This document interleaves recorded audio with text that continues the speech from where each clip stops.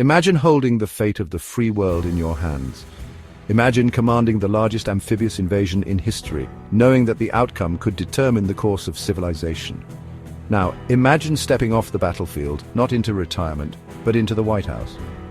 This wasn't fiction, it was the life of Dwight D. Eisenhower. But let's set aside the medals, the speeches, and the history books for a moment. Who was the real Eisenhower? A soldier, a statesman, or something more? To understand the man behind the legend, we need to go beyond the battle maps and policy papers. We need to step into his boots. Born in 1890 in Denison, Texas, and raised in the small town of Abilene, Kansas, Ike, as he was affectionately known, was a man of humble beginnings. He wasn't born into privilege, he wasn't a child prodigy, he was by all accounts an ordinary young man. But ordinary men sometimes find themselves in extraordinary circumstances. Fast forward to 1944, the world is at war, and Eisenhower is at the helm of Operation Overlord, the Allied invasion of Nazi-occupied Europe. It's here that his true genius shines. His greatest weapon? Not just military strategy, but leadership. He had to manage not just armies, but egos. Churchill, Roosevelt, de Gaulle, and Montgomery, each a force of nature.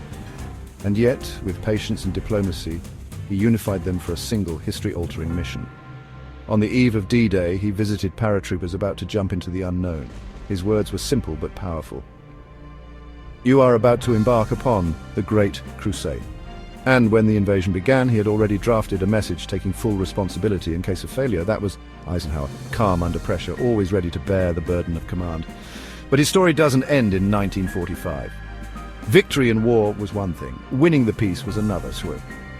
As president from 1953 to 1961, Eisenhower wasn't just a warrior, he was a builder. The interstate highway system, NASA, Cold War diplomacy, his fingerprints are all over modern America. He warned against the military-industrial complex, knowing that the greatest threats sometimes come from within. So who was Eisenhower? A soldier who despised war, a leader who understood unity, and a man who shaped the world not with words but with action. A general, a president, and above all, a servant of history.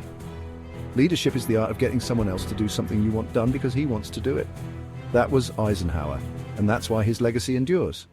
See you in next video.